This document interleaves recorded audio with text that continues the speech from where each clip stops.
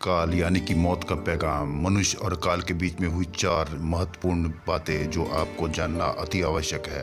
तो आइए जानते हैं। वीडियो को पूरा देखिएगा। एक चतुर व्यक्ति को काल से बहुत डर लगता था। एक दिन उसे चतुराई सूझी और काल को अपना मित्र बना लिया। उसने अपने मित्र काल से कहा, मित्र तुम किसी को भी नहीं छोड़ते हो, किसी दिन मुझे भी काल में धर लोगे। काल ने कहा, यह मृत्यु लोक है, जो आया है उसे मरना ही है। सृष्टि का यह शाश्वत नियम है, इसलिए मैं मजबूर हूँ। पर तुम मित्र हो, इसलिए मैं जितनी रियायत हो सके करूंगा। मुझसे क्या आशा रखते हो, साफ साफ कहो। व्यक्ति ने कहा, मित्र मैं इतना ही चाहता हूँ कि आप मुझे अपने लोक ले जाने के लिए आने से कुछ दिन पहले एक पत्र अवश्य लिख देना, ताकि मैं अपने बाल बच्चों को कारोबार की सभी बातें अच्छी तरह समझा दूं और स्वयं भी भगवान भजन में लग जाऊं। काल ने प्रेम से कहा, यह कौन सी बड़ी बात है, मैं एक नहीं आपको 4 पत्र भेज दूंगा। चिंता मत करो, चारों पत्र के बीच समय भी अच्छा खासा दूंगा, ताकि तुम सचेत होकर अपना काम निपटा लो। मनुष्य बड़ा प्रसन्न होकर सोचने लगा कि आज से मेरे मन में काल का भय निकल गया। मैं जाने से पूर्व अपने सभी कार्य पूर्ण करके जाऊंगा, तो देवता भी मेरा स्वागत करेंगे। दिन बीतते गए, आखिर मृत्यु की घड़ी आ पहुंची। काल अपने दूतों सहित उसके समीप आकर बोला, मित्र अब समय पूरा हुआ, मेरे साथ चलिए। मैं सत्यता और दृढ़ता पूर्वक अपने स्वामी की आज्ञा का पालन करते हुए एक क्षण भी तुम्हें यहाँ और नहीं छोड़ूंगा। मनुष्य के माथे पर बल पड़ गए, नसें तन गई और कहने लगा, धिक्कार है तुम्हारे जैसे मित्रों पर। मेरे साथ विश्वासघात करते हुए तुम्हें लज्जा नहीं आती? तुमने मुझे वचन दिया था कि लेने आने से पहले पत्र लिखूंगा। मुझे बड़ा दुख है कि तुम बिना किसी सूचना के अचानक दूतों सहित मेरे ऊपर चढ़ आए। मित्रता तो दूर रही, तुमने अपने वचन को भी नहीं निभाया। काल हंसा और बोला, मित्र इतना झूठ तो ना बोलो, मेरे सामने ही मुझे झूठा सिद्ध कर रहे हो तुम। मैंने आपको एक पत्र नहीं 4 पत्र भेजे, आपने एक का भी उत्तर नहीं दिया। मनुष्य ने चौंक कर पूछा, कौन से पत्र? कोई प्रमाण है? मुझे पत्र प्राप्त होने का कोई डाक रसीद आपके पास है तो दिखाओ। काल ने कहा, मित्र घबराओ नहीं, मेरे चारों पत्र इस समय आपके पास मौजूद हैं। मेरा पहला पत्र आपके सिर पर चढ़कर बोला, आपके काले सुंदर बालों को पकड़कर उन्हें सफेद कर दिया और यह भी कहा कि सावधान हो जाओ, जो करना है कर डालो। नाम बढ़ाई और धन संग्रह के झंझटों को छोड़कर भजन में लग जाओ। पर मेरे पत्र का आपके ऊपर जरा भी असर नहीं हुआ। बनावटी रंग लगाकर आपने अपने बालों को फिर से काला कर लिया और पुनः जवान बनने के सपनों में खो गए। आज तक मेरे श्वेत अक्षर आपके सिर पर लिखे हुए हैं। कुछ दिन बाद मैंने दूसरा पत्र आपके नेत्रों के प्रति भेजा।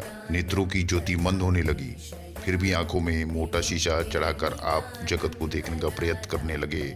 2 मिनट भी संसार की ओर से आंखें बंद करके ज्योति स्वरूप प्रभु का ध्यान मन से नहीं किया। इतने पर भी सावधान नहीं हुए तो मुझे आपकी दीन दशा पर बहुत तरस आया और मित्रता के नाते मैंने तीसरा पत्र भी भेजा। इस पत्र ने आपके दांतों को छुआ, हिलाया और तोड़ दिया। आपने इस पत्र का भी जवाब नहीं दिया, बल्कि नकली दांत लगवाए और जबरदस्ती संसार के भौतिक पदार्थों का स्वाद लेने लगे। मुझे बहुत दुख हुआ कि मैं सदा इसके भले की सोचता हूँ और यह हर बार एक नया बनावटी रास्ता अपनाने को तैयार रहता है। अपने अंतिम पत्र के रूप में मैंने रोग, क्लेश तथा पीड़ाओं को भेजा, परंतु आपने अहंकार व सबको अनसुना कर दिया। जब मनुष्य ने काल के भेजे हुए पत्र को समझा तो फूट फूट कर रोने लगा और अपने विपरीत कर्मों पर पश्चाताप करने लगा। उसने स्वीकार किया कि मैंने गलत फल में शुभ चेतावनी भरे इन पत्रों को नहीं पढ़ा। मैं सदा यही सोचता रहा कि कल से भगवान का भजन करूंगा, अपनी कमाई अच्छे शुभ कार्यों में लगाऊंगा, और वो कल नहीं आया। काल ने कहा, आज तक तुमने जो भी काम किया है राग, रंग, स्वार्थ और भोगों के लिए किया है। जानबूझकर ईश्वरीय नियम को तोड़कर जो काम करता है वो अक्षम्य है। मनुष्य को जब अपनी बातों से काम बनता नजर नहीं आया तो उसने काल को करोड़ों की संपत्ति का लोभ दिखाया। काल ने हंसकर कहा, मित्र यह मेरे लिए धूल से अधिक कुछ भी नहीं है। धन, दौलत, शोहरत, सत्ता, ये सब लोभ संसारी लोग को वश में कर सकता है, मुझे नहीं। मनुष्य ने पूछा, क्या कोई ऐसी वस्तु नहीं जो तुम्हें प्रिय हो और जिसे तुम्हें लुभाया जा सके? ऐसा कैसे हो सकता है? काल ने उत्तर दिया, यदि तुम मुझे लुभाना भी चाहते थे तो सच्चाई या शुभ कर्मों का धन संग्रह करते। यह एक ऐसा धन है जिसके आगे मैं विवश हो सकता था, अपने निर्णय पर पुनर्विचार को बाध्य हो सकता था। पर तुम्हारे पास तो यह धन ठेले भर का भी नहीं है। तुम्हारे ये सारे रुपए, पैसे, जमीन, जायदाद, तिजोरी में जमा धन संपत्ति, यह सब कुछ छूट जाएगा। मेरे साथ तुम भी उसी प्रकार निर्वस्त्र जाओगे जैसे कोई भिखारी की आत्मा जाती है। काल ने जब मनुष्य की एक भी बात नहीं सुनी तो वो हाय हाय करके रोने लगा। सभी संबंधियों को पुकारा परंतु काल ने उसके प्राण पकड़ लिए और चल पड़ा अपने गंतव्य की ओर। काल ने कितनी बड़ी बात कही। एक ही सत्य है जो अटल है, वह है कि हम एक दिन मरेंगे जरूर। हम जीवन में कितनी दौलत जमा करेंगे, कितनी शोहरत पाएंगे, कैसी संतान होगी, ये सब अनिश्चित होता है, समय के गर्भ में छुपा होता है, परंतु हम मरेंगे एक दिन। बस यही एक जन्म के साथ ही तय हो जाती है। ध्रुव सत्य है, मृत्यु काल कभी भी दस्तक दे सकता है। प्रतिदिन उसकी तैयारी करनी होगी।